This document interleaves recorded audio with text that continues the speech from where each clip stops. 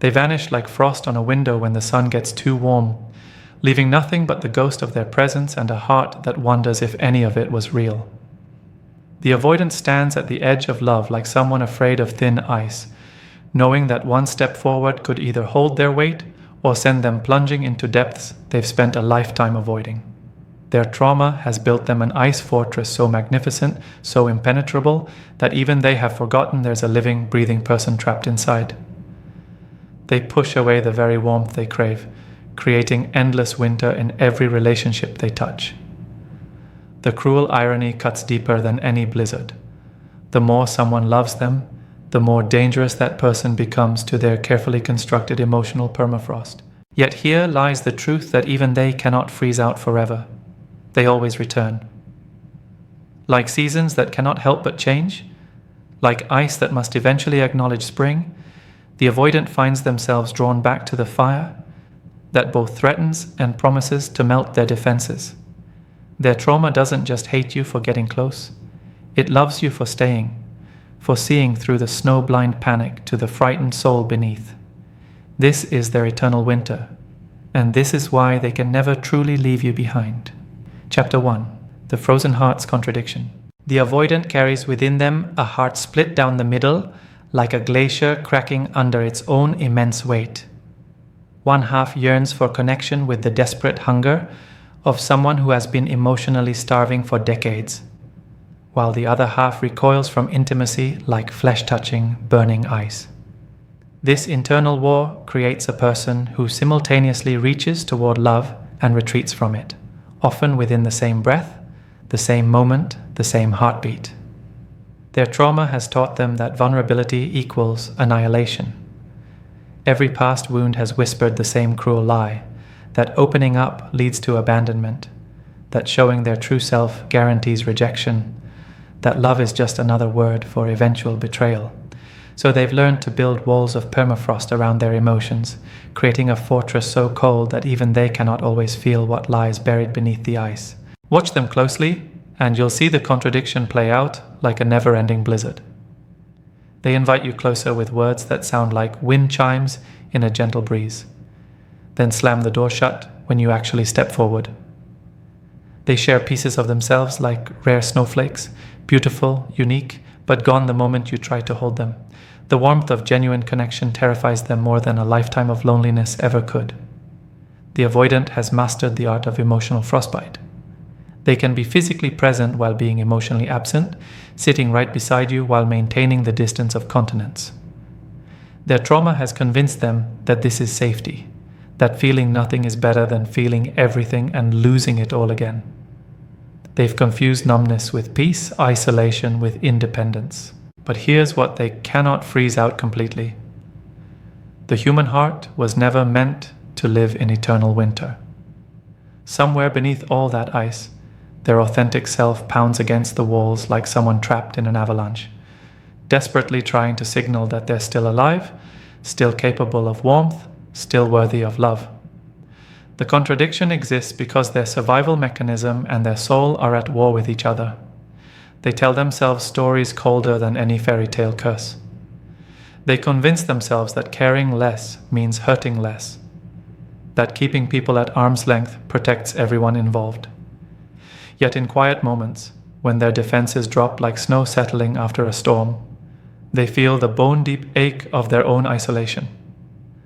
They know they're living a half-life, experiencing love through frosted glass, always watching but never fully participating.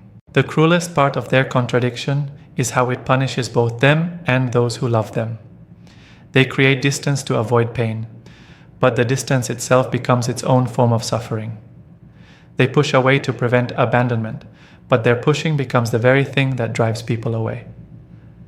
Their protective winter creates the exact outcome their trauma fears most. Chapter 2. When winter meets warmth. The moment someone shows genuine interest in the avoidant, their internal weather system goes haywire like a blizzard meeting a heat wave. The very warmth they've been craving in the depths of their frozen heart becomes the most terrifying force they can imagine. They've lived in emotional winter for so long that the first touch of spring feels like a threat to their entire ecosystem of survival. When warmth approaches, the avoidant begins their familiar dance of advance and retreat. They move closer like someone testing thin ice, taking tentative steps toward connection before scrambling back to the safety of their frozen shores. This isn't manipulation or game playing. It's the raw, instinctive response of someone whose trauma has taught them that thawing means death, that melting means losing control of everything they've worked so hard to contain. The warmth you offer doesn't just promise comfort. It threatens to melt years of carefully constructed emotional barriers. Behind those walls lie decades of pain, disappointment, and terror that they've kept frozen in time rather than processing. Your love doesn't just offer healing, it demands that they face every wound they've numbed, every hurt they've crystallized into ice, every fear they've buried in permafrost. They experience your affection like someone with frostbite suddenly thrust into a warm room. The healing process is agonizing. Every gesture of care, every moment of understanding, every sign that you might actually stay creates a burning sensation in hearts that have been numb for too long. The avoidant literally doesn't know how to receive warmth without feeling like they're being scorched alive. Their hot and cold behavior isn't random chaos. It's the desperate attempt of someone trying to regulate an internal temperature they can no longer control. They draw close to your fire because their frozen soul craves the heat, but they pull away because they fear they'll evaporate entirely in your warmth. They want to melt into your embrace, but their trauma screams that melting means becoming unrecognizable, vulnerable, exposed. Chapter 3. The Eternal Winter Within. The avoidant's inner landscape resembles a kingdom trapped under an endless winter spell, where every emotion has been buried beneath layers of protective ice so thick that even they have forgotten what warmth feels like. Their psychological terrain stretches out like a frozen wasteland, beautiful in its stark emptiness but incapable of sustaining the kind of life their soul desperately craves. They've become the ruler of their own emotional tundra, sovereign over a realm where nothing grows, nothing changes, and nothing can hurt them because nothing can reach them. Within this frozen kingdom, their thoughts move like Arctic winds, sharp, cutting, and relentlessly cold.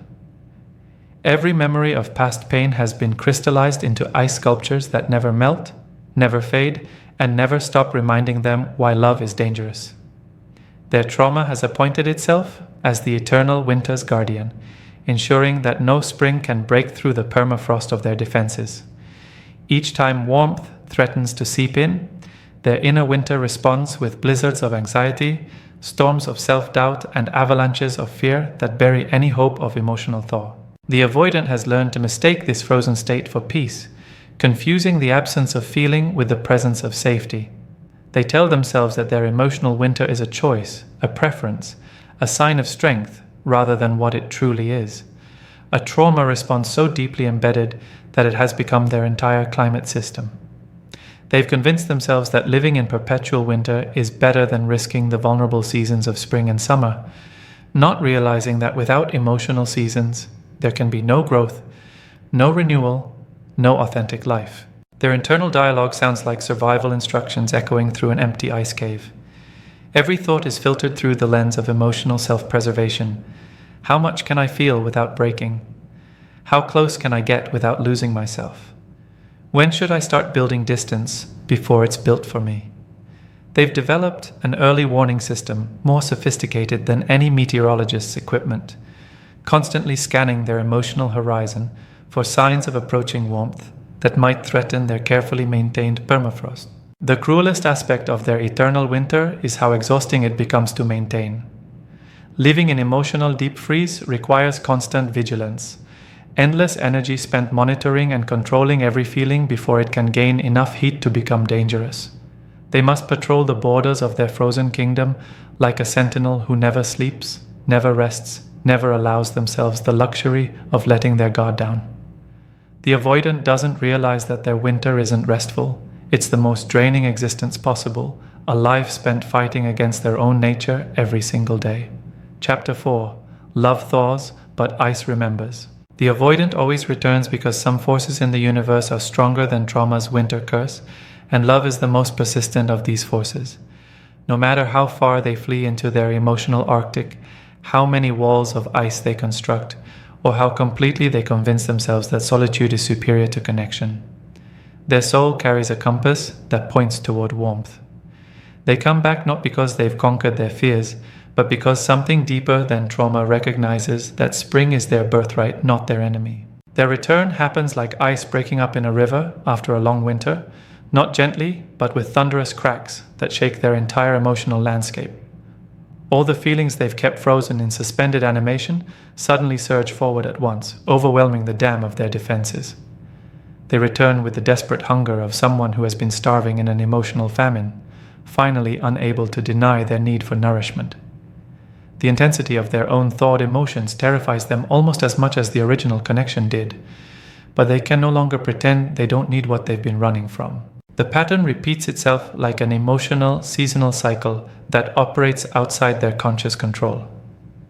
They warm gradually, allowing themselves to hope again, to feel again, to believe that perhaps their winter doesn't have to be eternal, but their trauma lurks in the background like a meteorological memory, keeping detailed records of every time warmth led to devastation.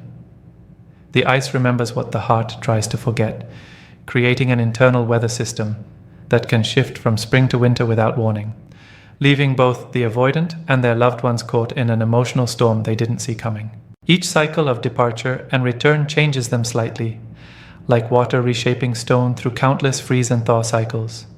They begin to recognize their own emotional weather patterns, learning to read the signs that indicate when their internal winter is approaching. The returns become less desperate, the departures less absolute, the entire cycle more conscious as they develop a relationship with their trauma rather than being completely controlled by it. The truth they cannot escape is that love has already altered their molecular structure in ways that cannot be reversed. Your warmth didn't just touch their surface. It penetrated deep enough to change their cellular memory of what it means to be human. They may retreat into winter, but they now carry the genetic memory of spring in their bones, the knowledge of what it feels like to be truly seen and accepted, carved into their very DNA. This creates a homesickness for connection that follows them into their coldest moments, a warmth they can never quite extinguish no matter how hard their trauma tries to freeze it out. The avoidant discovers that running from love is like trying to run from their own shadow. The faster they move, the more obvious it becomes that what they're fleeing is attached to them. They return because separation from warmth feels like separation from themselves, because their winter kingdom, no matter how well defended, can never silence the part of their soul that knows it was made for connection, for growth, for the kind of love that sees through ice and calls to the fire still burning beneath. Chapter 5. Breaking the Curse of Solitude. The avoidance journey toward healing begins with a realization that arrives like the first crack in a frozen lake, small at first, but spreading until their entire worldview begins to shift beneath them. They start to understand that their emotional winter isn't the sanctuary they believed it to be, but a beautiful prison where they've been slowly suffocating on recycled air. The curse of solitude reveals itself not as protection, but as a spell that has kept them trapped in a half-life, watching love through frosted windows, but never allowing themselves to step into the warmth. Breaking free requires them to do the most terrifying thing their trauma can imagine: stay present when every fiber of their being screams at them to run. They must learn to tolerate the burning sensation of circulation returning to an emotionally frostbitten heart, to sit with the discomfort of feelings thawing after years of being frozen solid. This cannot be rushed any more than you can force winter to become spring overnight. It requires the kind of patience that seasons show to frozen earth, the gentle persistence of sun on snow. The healing process forces them to confront the false choice their trauma created. The belief that they must choose between connection and safety, between love and survival.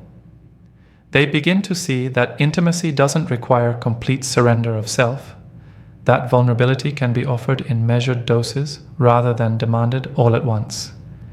They discover they can learn to regulate their emotional temperature without living in permanent winter, that they can be both open and boundaried, both loving and self-protective. Their greatest revelation is that love doesn't demand perfection, it asks only for presence. They don't need to have completely thawed before they're worthy of warmth. They don't need to have resolved every trauma response before they can accept care. The very relationship that triggers their freeze response becomes the laboratory where they practice staying warm, where they learn that hearts can hold multiple seasons simultaneously: winter and spring, fear and hope, retreat and approach. The avoidant begins to understand that breaking the curse isn't about eliminating winter from their emotional landscape. It's about becoming the conscious author of their own seasons. They learn to recognize the early signs of their internal weather changes, to communicate their patterns to those who love them, to ask for the kind of patience that allows healing to happen at the pace of trust, rather than the speed of desperation. They discover that true freedom isn't the absence of emotional winter, it's the knowledge that they have agency over which season reigns in their heart, and that spring is always possible, even in the depths of their coldest moments. Chapter 6: The Architecture of Frozen Hearts. The avoidant has spent years constructing an emotional fortress, so intricate and well defended that even master architects would marvel at its design. Every wall has been placed with surgical precision, every moat filled with the coldest water their trauma could conjure. They've built towers of isolation so high that they can survey the landscape of human connection from a safe distance, watching others love and lose from their perch above the fray. Their castle isn't just a retreat, it's a masterpiece of emotional engineering, designed to withstand any siege of affection. But the most sophisticated aspect of their architecture isn't the walls themselves, it's the intricate system of drawbridges that can be raised and lowered at will. The avoidant doesn't just shut people out completely, they've learned to control access with the precision of a seasoned gatekeeper. They allow visitors into the outer courtyards of their heart, granting just enough warmth to keep people interested, while ensuring that no one ever reaches the inner chambers, where their true self resides in exile. Their trauma has taught them to build with materials that look inviting from the outside but prove impenetrable upon closer inspection. They construct walls of charm, moats of intellectual conversation, and towers of surface-level vulnerability that create the illusion of openness while maintaining perfect emotional security. Visitors to their fortress often believe they're being welcomed deeper when they're actually being led through a carefully designed maze that always circles back to the same safe distance. The tragedy of their architectural genius is that the builder has become trapped within their own creation.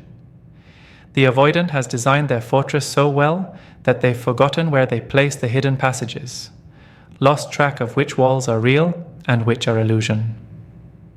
They wander the corridors of their own defenses like a ghost haunting their former self, occasionally glimpsing their authentic emotions through windows they can no longer reach. The castle that was meant to protect them has become their prison, and they've misplaced the key to their own freedom. Yet even the most impenetrable fortress has weak points, and love has a way of finding hairline cracks in the most carefully mortared walls. The avoidant discovers that their architecture, no matter how brilliant, cannot withstand the patient persistence of genuine care. Love doesn't storm their gates or scale their walls. It seeps through microscopic fissures like water finding its way through stone, gradually weakening the very foundations they believed to be unshakable. Chapter 7: When Ice Queens Learn to Melt. The avoidance transformation doesn't happen in a single dramatic moment of revelation. It unfolds like the slowest spring in history, with each degree of warming fought for and earned through countless small acts of courage. They begin to understand that their icy exterior wasn't protecting a weak heart, but constraining a powerful one, that their emotional winter wasn't keeping them safe, but keeping them small. The realization arrives like dawn breaking over a frozen landscape, gradual, inevitable, and absolutely transformative.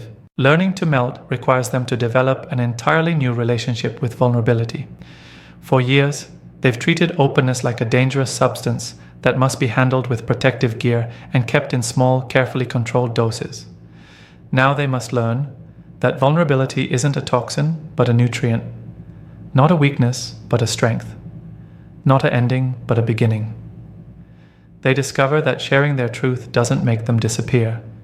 It makes them more real, more present, more vibrantly alive than their frozen state ever allowed. The melting process reveals layers of themselves they had forgotten existed beneath the ice. As their defenses soften, they rediscover capacities for joy, playfulness, and spontaneous affection that their trauma had convinced them were too dangerous to maintain. They find that their heart, far from being the fragile thing their winter was designed to protect, is actually resilient enough to handle both the pain and pleasure of genuine connection. The avoidant learns that they are not made of glass, but of something far more durable. They are made of the same material as every other human heart, capable of breaking and healing and growing stronger in the tender places. Their greatest surprise is discovering that melting doesn't mean losing their identity, but finally claiming it. All those years of emotional winter weren't preserving their authentic self. They were preventing it from existing. As the ice recedes, they meet themselves for perhaps the first time, discovering preferences, dreams, and desires that their survival mechanisms had kept in deep freeze. They realize that their true self isn't the carefully controlled, perpetually distant person they believed they needed to be, but someone warmer, more complex, and infinitely more interesting than their trauma ever allowed them to imagine. The avoidant learns that becoming someone who can love and be loved isn't about perfection, but about presence, not about never feeling afraid, but about feeling afraid and choosing connection anyway. They discover that their story doesn't end with learning to melt. It begins there, opening into possibilities they never allowed themselves to dream of during their long winter of emotional exile.